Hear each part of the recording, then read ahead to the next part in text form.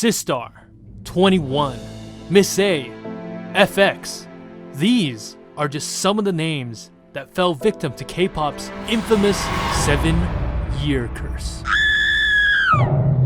What exactly is the 7-year curse? Well, in K-pop there's a myth, or rather a pattern, that most K-pop groups, especially girl groups, will only stay together for a period of 7 years, and no more. And after the 7 years, disbandment. The list expands exponentially if you go by the broader definition of the 7-year curse, which is that a group will only stay together with the original number of members for 7 years. After the 7 years, a member will either leave on their own accord or get kicked out. Kara, Wonder Girls, Monsta X, iKON, EXO, even the legendary girl group Girls' Generation didn't make it 7 years without losing Jessica. But why does this happen? What is it about 7 years that makes K-pop groups fall victim to disbandment? Is the number 7 curse? Do they need to make a human sacrifice to stay together? Maybe K-pop idols are aliens and they get called back to the mothership after 7 years. I mean, they had to have signed a deal with the devil, right? I mean, how could you be that talented and that attractive? Well, it's actually quite simple, really. There's nothing magical or supernatural about the number 7 at all. The standard length of an idol's contract is 7 years. This is because of South Korea's Fair Trade Commission rule that says that K-pop contracts may not exceed 7 years. And after 7 years, members either choose to stay together, leave and go solo, or leave the K-pop industry altogether. And that's basically all there is to it. It's 2021 and there are a number of groups that will hit their 7th year this year. They will then be out for contract renegotiation and possibly disbandment. With their whole relationship with JYP imploding before our eyes, the most obvious candidate is GOT7. With their contract expiring by the end of January, GOT7 has left JYP, making them another group to fall victim to the 7-year curse. However, the first domino of the 7th year groups has already fallen. Gugudan, the 9-member group from Jellyfish Entertainment, announced their disbandment on December 30th, 2020. And on December 31st, 2020, the group finished their last and final activity. Other groups hitting their 7th year are Laboom, Sonamu, Lovelyz, Very Good, and YG's Winner. But aside from GOT7, the biggest names on the list are Mamamoo and Red Velvet. With all the members of Mamamoo having successful solo careers and the recent Red Velvet stylist controversy, fans are unsure if either group will be re-signing with their companies. So why does this happen? Why is it so hard for groups to stay together as a whole group past 7 years? The simple answer? Money! Many members choose to go solo partway into their career as a group. And if an idol is successful in that solo career, staying as a group is less enticing. You get a lot more money when you don't have to split it with 8 other girls. The same goes with idols who start a successful modeling or acting career. When you're making hundreds of thousands to millions of dollars a year starring in dramas and movies, why would you go back to making pennies in a group and then having to split it with 8 other girls?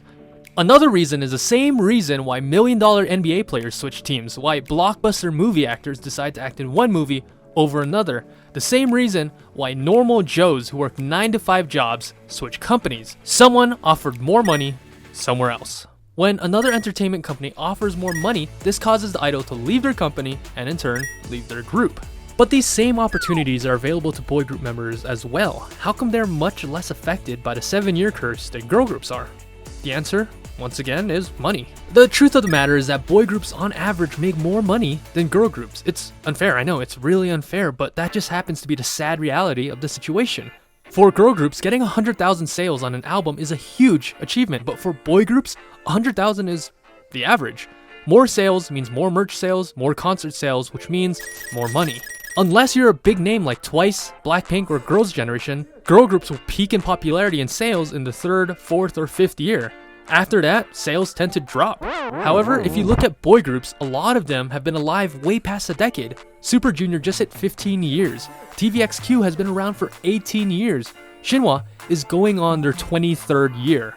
So looking at this from the view of an entertainment company, why are you going to spend resources and money on a 7-year-old girl group when you can just debut a younger, fresher girl group that will make the company more money? Lee Tae-kwang, a global communication professor at Kyunghee University, stated, "Once the group hits a certain age, its popularity tends to wane. This is especially the case for girl groups as many became popular because of their cute, young, and innocent image.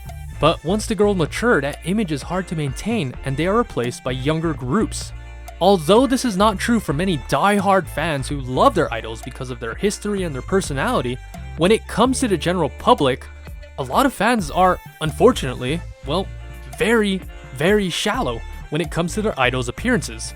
And it's natural, as people age, they lose the image they once had when they were 16 or 17-year-old rookies. Another point, it could be as simple as sometimes members just don't get along. Living with 4 to 12 girls 24 hours a day, 7 days a week for 7 years, sometimes people just don't vibe with each other. Have you ever had a college roommate or sibling that you couldn't get along with? I want a roommate meeting. I want it now. Maybe they were bad at doing dishes, cleaning the room, or had a personality trait that annoyed you. Maybe they were a bully, or maybe they constantly caused drama in the household. There are literally millions of reasons why you wouldn't want to live with someone, and it would be impossible to list them all. Living in a dorm with 8 or 11 girls probably wouldn't be that different. We're all human beings and with different personalities and habits. Some people we get along with, some people we don't. It's as simple as that. And sometimes you just have a management company that is just incredibly incompetent. They don't know what they're doing, and sometimes their business moves just are mind-boggling. The biggest examples are the big three. And by big three, I mean TS, MLD, and of course, the king himself, Pledis. This could be a whole video by itself, but for now, I'll just say, rest in peace, Priston. And the last point why groups don't stay together after 7 years, some idols simply get tired of the K-pop life. Life as an idol is tough. From training 3 to 10 years, the strict dietary and beauty standards, the busy schedule, the constant pressure and lack of privacy from the media.